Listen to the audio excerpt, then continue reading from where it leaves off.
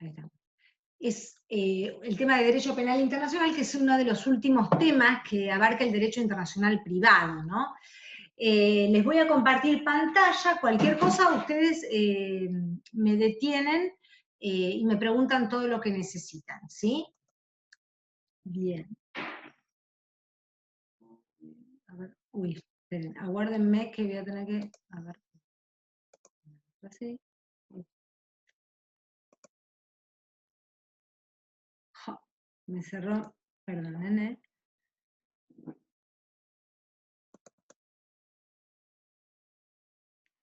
Ahí.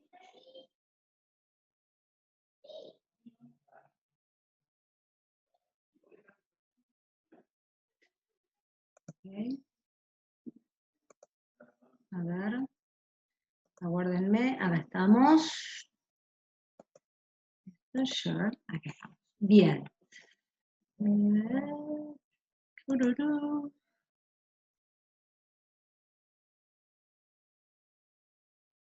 Estamos, y ahora, ahí. Bueno, ¿ustedes ahí me ven? Sí. Ahí estamos. Bueno, el tema entonces que nos convoca es derecho penal internacional. En principio ustedes se preguntarán cómo es posible que en derecho internacional privado, ¿no? Cuando hablamos de derecho privado, hablemos de derecho penal, ¿no? Que es la rama quizás más pública que nosotros conozcamos, ¿no? Lo cierto es que van a tratar de, van a entender que el derecho internacional privado, además de ser la mejor disciplina, no, abarca todos los temas, ¿sí? Cuando se trata de determinar juez competente y ley aplicable, vas a tener que recurrir a la metodología que te ofrece el derecho internacional privado. De hecho, yo he tenido casos vinculados al derecho penal internacional, por ejemplo, temas de extradición. Ahora, por ejemplo, me llegó un caso que es de derecho penal, en realidad se trata de una mala praxis, en realidad, bueno, se trata de un caso que es de unas prótesis mamarias que son creadas por una empresa francesa y que se han distribuido por todo el mundo y que resulta que, bueno, que se están presentando juicios penales por los daños que se causaron a las víctimas, ¿no? Las lesiones y todas las cuestiones. Y eso lo trabaja desde la temática del derecho internacional privado. Bien, vamos a ver, aguarden que necesito que...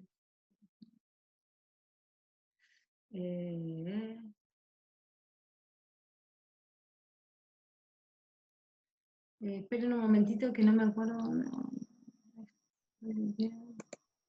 Ahí estamos, ahí me ven. Bien, entonces, las teorías que justifican la inclusión del derecho internacional, de que el derecho internacional privado tome temas de derecho público, ustedes además van a ver que el derecho internacional público está sumamente vinculado con el derecho internacional privado. Por ejemplo, en temas de integración regional, cuando hablamos, por ejemplo, del Mercosur, vamos a ver que dialogan permanentemente el derecho internacional público y el derecho internacional privado, o sea, no los podés separar, como tampoco podés separar ningún caso jurídico que te llegue al estudio, no lo podés compartimentar, bueno, esto es de derecho de tanto, esto es de derecho de tanto, no. La vida es múltiple y se da con todas las aristas, por eso es que hay que tener conocimiento de todo. Lo que permite el derecho internacional privado es munirse de elementos de distintas disciplinas, salir de los compartimentos estancos. Por eso yo siempre digo que esta materia sirve como un repaso de toda la carrera, ¿no? Porque vemos temas de toda índole, ¿no? De familia, de derecho comercial y también ahora de derecho penal. Bueno, básicamente las teorías que se han planteado para su inclusión han sido básicamente que por fines didácticos ha planteado Vico de que tiene que ser incluida, que no se puede negar su incorporación, ¿no?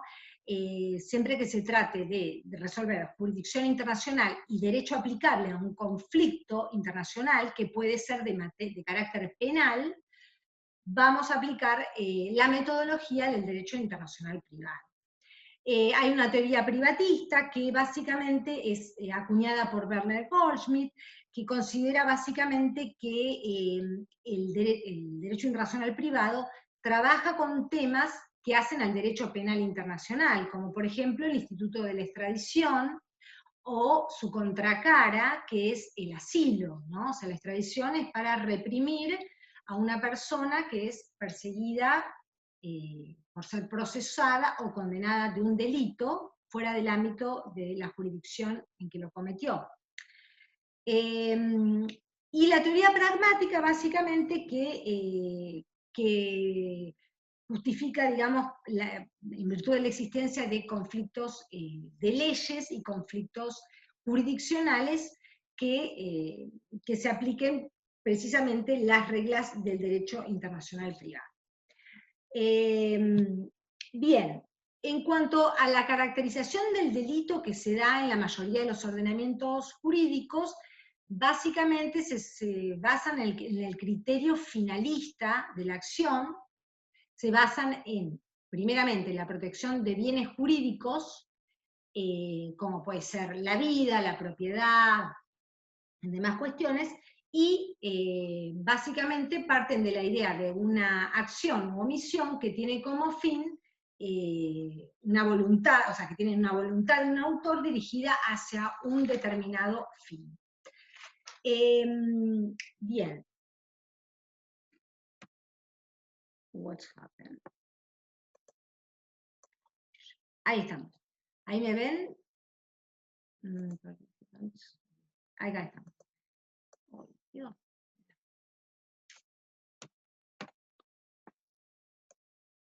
No. No sé por qué no me lo permite pasar.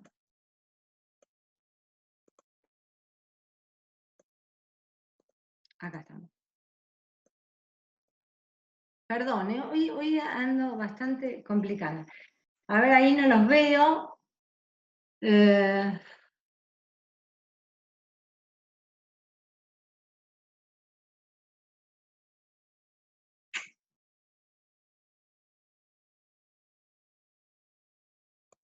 Ay, no. Bueno, ahí no los veo. Igual vemos bien nosotros, ¿eh? Ustedes me ven, Sí. pero es horrible hablarle a una persona. Quiero que vuelva la presencialidad, estoy como harta. Ahí los veo, ahí los veo. Ay, Dios. Claro. Bueno, como les decía, es lo siguiente, bueno. Uy, ya me fui para el otro lado.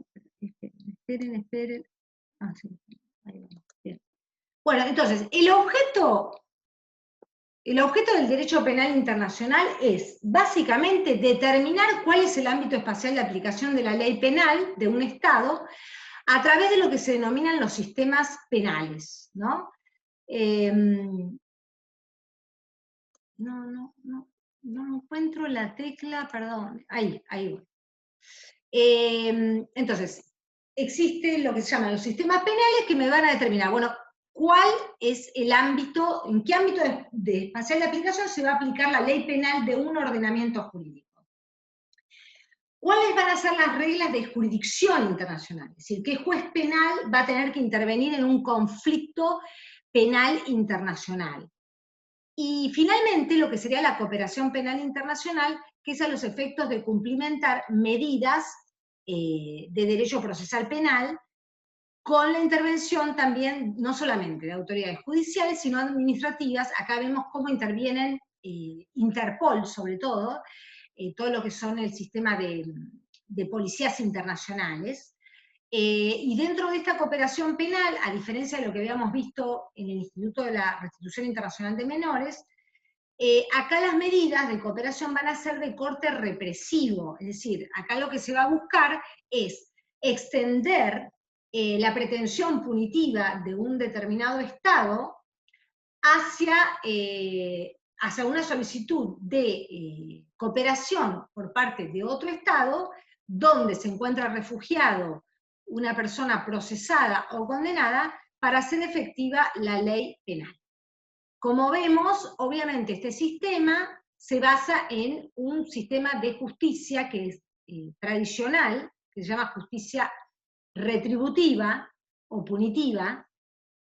Sabemos que hoy existen otras normas u otras posibilidades, como por ejemplo la justicia restaurativa, y los voy a invitar, si quieren, a una charla que se va a dar mañana sobre justicia restaurativa, en la que voy a participar, con jueces y personas que trabajan en otros países sobre temas de justicia restaurativa. Les voy a mandar la invitación porque es gratuita, pero es interesante. Donde se trata de lograr una mediación o digamos, una conciliación en el conflicto penal. Pero en principio, ustedes saben que la justicia retributiva lo que hace es que el Estado se apropie, digamos, del conflicto penal y el objetivo sea sancionar a la persona que ha infringido y afectado a un bien jurídico, ¿no? Bien. Vamos a seguir. No sé por qué está tan complicado. Bien. Bastante bien. Dentro de los sistemas penales que habíamos mencionado, existen distintos sistemas para determinar el ámbito espacial de aplicación de la ley penal de un Estado. Tenemos los sistemas extremos y los sistemas intermedios. Los sistemas extremos, vamos a tener el sistema territorialista, que obviamente hace pesar la ley penal del Estado donde se cometió el delito.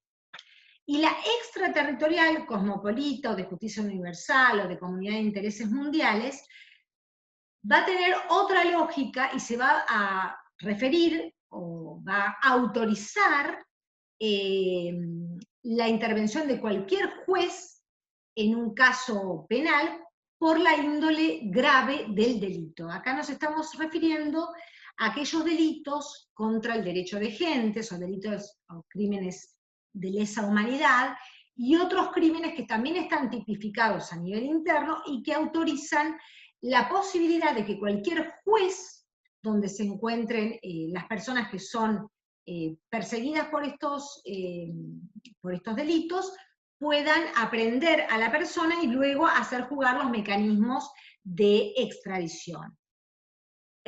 O juzgarlo en el caso de que no haya un interés directo del Estado donde se cometió el delito de juzgar a esa persona. Los sistemas intermedios hay dos grandes grupos. Está el sistema personal, que se basa ya sea en la nacionalidad, que puede ser tanto del autor, del sujeto activo, como también de la víctima, que sería el sujeto pasivo. Vamos a ver cómo opera en nuestro ordenamiento, porque sabemos que la nacionalidad tiene poca incidencia a nivel del ordenamiento jurídico argentino.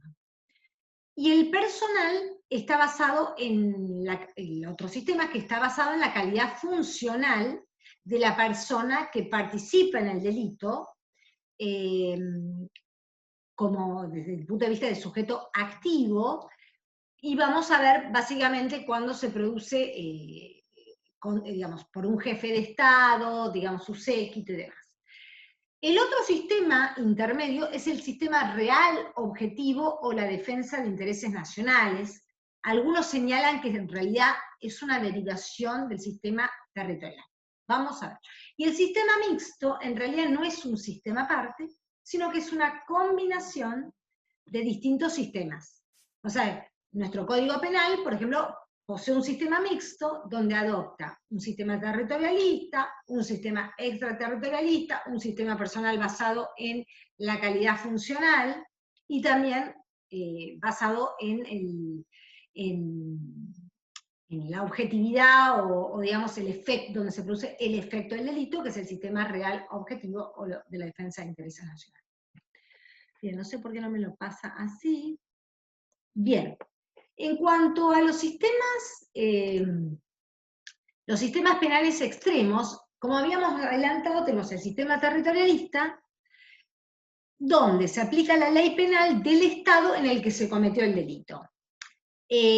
Básicamente, la justificación para la implementación de este sistema, hay cuestiones de fondo y cuestiones de forma. Por un lado, o más pragmáticas, ¿no? De fondo, básicamente porque todos los estados tienen derecho de perseguir y reprimir y castigar violaciones cometidas dentro de su territorio, ya sea por personas nacionales o extranjeras, domiciliadas o transeúntes, ¿no? Y las cuestiones o justificaciones de forma están vinculadas con que el lugar donde se comete el delito es el que va a proveer, donde se van a hallar las pruebas del mismo, ¿no? Todo lo que hace a la justificación en cuanto a la autoridad responsable, como a la materialidad ilícita, ¿no? Los elementos objetivos y subjetivos del delito. Sin embargo, bueno, este sistema está previsto en el artículo primero, en el inciso primero del Código Penal argentino, ¿sí? Que se aplica a todos los delitos cometidos en el territorio de la República Argentina, y también en los tratados de derecho penal internacional de Montevideo de 1889 y de 1940. En el de 1940 lo mencionamos, lo estudiamos, pero en realidad la República Argentina no es parte, porque no lo ha ratificado. Aunque tienen, digamos, disposiciones similares al del Tratado del 89, nada más que el del 40 estaba más actualizado, tiene, digamos, mayores definiciones. Se le ha hecho varias críticas al sistema territorialista, ¿no? Como siempre, o cualquier, digamos, sistema que se implemente, ¿no? Básicamente se dice que hay ciertos delitos contra el género humano que agravian, digamos, a la sociedad universal y que justifican por eso que participe cualquier Estado en su persecución y su represión, ¿no? Hay delitos que, por ejemplo, se cometen en un Estado, pero que producen sus efectos dañosos en otro, ¿sí? Por ejemplo, una falsificación de una moneda que es realizada, por ejemplo, en la República Argentina, de una moneda que es de otro Estado y que produce los efectos perjudiciales en el otro Estado, ¿sí? Del cual es de donde circula esa moneda, por ejemplo. Hay delitos, por ejemplo, que se cometen en lugares que no son parte del territorio stricto sensu de un Estado, ¿sí? En sentido estricto, ¿no? Como por ejemplo puede ser una embajada, puede ser un espacio aéreo, un espacio marítimo, un lugar transfronterizo sometido a conflicto, por ejemplo. Y hay delitos que también pueden quedar impunes en razón de la nacionalidad. Por ejemplo, un nacional de un Estado que comete un delito en otro país y que en el otro ordenamiento jurídico solamente se juzga a los nacionales, ¿no? Porque, como sabemos, el derecho internacional privado trabaja con ordenamientos jurídicos diferentes, que ordenan la realidad y la legislan de manera diferente. Y ahí aparecen por eso existe el derecho internacional privado, para algo existe, ¿no? Para resolver esos conflictos. Entonces, todas estas críticas han provocado lo que serían morigeraciones del sistema territorialista, contemplando estas situaciones, y basando concretamente, o sea, basando el sistema territorial en aplicar la ley del lugar donde se concreta la acción u omisión punible, ¿no? Que produce el efecto dañoso. Es lo que sostiene el artículo 1 del Código Penal, Tratado de Montevideo del 80. Y así, por ejemplo, vamos a encontrar dentro del sistema territorialista todos los delitos que se cometan en lugares sometidos a la jurisdicción de un Estado. Entonces, si el delito se comete en una embajada o una legación de un Estado, en otro, acreditada en otro Estado, bueno, se va a aplicar la ley penal del Estado al cual pertenece esa embajada o legación, ¿sí? Por ejemplo, en aguas territoriales vamos a encontrar que el artículo 12 del Tratado de Montevideo del 89 y el de 1940 también tiene una disposición similar, que las aguas territoriales son las 5 millas marinas contadas desde la costa e islas componentes del territorio, ¿no? Bueno, esto es el derecho internacional público. Pero ven cómo se tocan las distintas ramas. Bueno.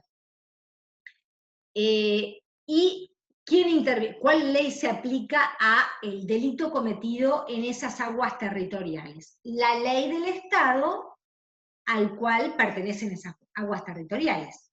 Y les pongo el ejemplo, lo que está sucediendo ahora en la costa patagónica, que hay piratería, ¿sí? Empresas que realizan pescas de pescas en forma indiscriminada en las aguas territoriales argentinas. Lo que pasa que, claro, no tenemos sistema de control, y luego cargan combustible, dejan el pescado, lo dejan en el puerto de Montevideo. No sé, han salido informes en la televisión, pero esto está sucediendo y el gobierno argentino no puede hacer nada al respecto. No sé si por falta de voluntad política o porque no cuenta con la infraestructura para llevar a cabo el control de nuestras costas. Pero esto sucede, como han sucedido otras millones de cuestiones en todo lo que es la zona de Malvinas, ¿no? Bueno. Y en lo que serían cuando los delitos se cometen en buques o aeronaves, tenemos distintas soluciones. Cuando se cometen en alta mar, o en el espacio aéreo, digamos, que no pertenece, digamos, a una jurisdicción de un Estado, vamos a ver que se diferencia si son naves o aeronaves públicas de naves o aeronaves privadas. Pero en líneas generales se rigen por la ley del pabellón. Uy, ya nos marca que tenemos 10 minutos. Bueno, bien. Este está en el artículo 8 del Tratado de Montevideo de 1889 y de 1940 también.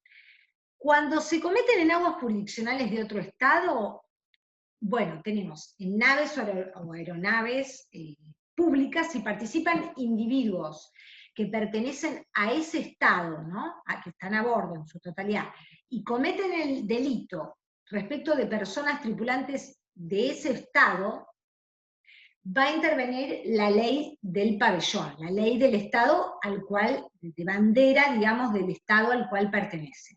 Esto está previsto en el artículo 9 del Tratado de Montevideo del 89 y del 40. Y cuando se trata de naves o aeronaves privadas, si se comete un delito, hay dos criterios de solución. Hay un criterio que es el criterio de la doctrina inglesa, que señala que rige la ley penal del Estado al que pertenecen sus aguas jurisdiccionales, las aguas jurisdiccionales de donde se encuentre, donde se produzca el delito. Y la doctrina franco-italiana, que señala que si el delito es cometido en las aguas jurisdiccionales entre tripulantes, contra tripulantes, y solo le interesa al orden público, digamos, al orden jurídico interno del Estado al cual pertenece esa tripulación, se aplica la ley penal de ese Estado. Ahora bien, si se comete el delito en las aguas jurisdiccionales de otro Estado y se pide ayuda a ese Estado al cual pertenecen las aguas jurisdiccionales, o presta asistencia, un salvataje, o afecta de cualquier modo la seguridad pública de ese Estado, va a intervenir la ley penal del Estado al cual pertenecen las aguas jurisdiccionales. Bien, hasta aquí interrúmpanme porque no me gusta monologar. ¿Cómo vamos? ¿Es muy aburrido el tema? Pero bueno, son los temas, digamos, que vamos recorriendo. La idea es que después ustedes lo repasen. Esto, digamos, lo tienen en el tratado, los tienen en distintos sistemas. En el libro de la doctora Rapalini, bueno, y hay distintas publicaciones que pueden consultar sobre este tema. Pero básicamente yo les estoy dando lo básico que tendrán que saber, digamos, de qué tipo de sistemas hay. Después tenemos el sistema, la contracara, digamos, de la vereda de enfrente, el sistema extraterritorialista, ¿no? Donde acá se extiende la facultad punitiva de los estados para la posibilidad de aprender a una persona que es acusada de un delito en cualquier estado. ¿Y esto por qué se justifica? Porque se trata de delitos muy graves que afectan a la comunidad internacional. Son delitos que, digamos, afectan a la sociedad, o por así decirlo, a la comunidad universal en su conjunto, y que justifican que en cualquier lugar donde se encuentre una persona que está imputada de ese delito, justifique que participen tanto autoridades policiales, autoridades administrativas, autoridades judiciales, para la aprehensión de la persona, existiendo incluso una serie de acuerdos internacionales que responsabilizarían al Estado que no hiciera nada frente al conocimiento de una persona imputada de un delito de estas características graves y que no hiciera nada. Lo tiene que aprender. Esto vamos a verlo, por ejemplo, en distintas convenciones internacionales que ha firmado la República Argentina, como por ejemplo la Convención contra el delito de genocidio, o convenciones que fueron posteriores, que obviamente tienen jerarquía constitucional, ¿no? Por el artículo 75, inciso 22, pero también tenemos, por ejemplo, la Convención contra la Desaparición Forzada de Personas de Naciones Unidas, del 2006, que Argentina forma parte, y que obliga al Estado argentino, si hay una persona que está imputada de un delito, un crimen de lesa humanidad, y de un delito de desaparición forzada, concretamente, que es un delito de lesa humanidad, de aprenderlo. Lo mismo vamos a ver en la Convención contra la Tortura de Naciones Unidas, que es del 99, que también obliga, Argentina la ratificó, obliga al Estado argentino, ante una persona que está imputada de tortura, de aprender a la persona. Luego lo que se hace con la aprehensión es esto. El Estado comunica, se lo pone obviamente a la persona a disposición del juez penal de turno competente, y se pone en conocimiento al Estado que tiene un interés en reprimir, ¿sí? Donde se ha cometido el delito, básicamente, desde una lógica territorial, ¿no? Y si esa persona va a solicitar, si ese Estado va a solicitar la extradición. Generalmente, en muchos de los casos, se da varios pedidos de extradición, y ahí se respeta lo que sería la preferencia y el orden de entrega para lo que se llama la reextradición, ¿sí? Entonces, en esos supuestos se da comunicación a los fines de la cooperación penal internacional al Estado que tendría un interés en reprimir. Si no hay un interés en reprimir, es el propio Estado argentino, ¿no? En el caso de que la persona sea detectada en el territorio argentino, el que tiene que llevar a cabo su juzgamiento, ¿sí? Bajo el sistema de justicia penal. Pero obviamente no dejando de soslayar que la normativa muchas veces está, digamos, por ejemplo, la tortura está tipificada en la Convención contra la Tortura Internacional, o la desaparición forzada, o el genocidio, pero que también lo vamos a ver, la tortura o la desaparición forzada, lo vamos a encontrar en el Código Penal argentino. Y vamos, obviamente, que por un tema de jerarquía constitucional, vamos a, digamos, a tomar la convención.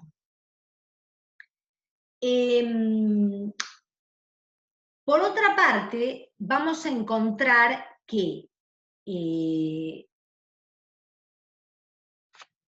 que en estos casos hay un autor, que es un autor español, que hace como una clasificación que me parece que me interesaría traerla aquí, que se llama Quintano Ripollés, que diferencia una serie de tipos de delitos y que justifican la jurisdicción universal, ¿no?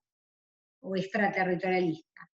Habla de delitos de fuente positiva interna, que son agraviantes de intereses de la comunidad internacional.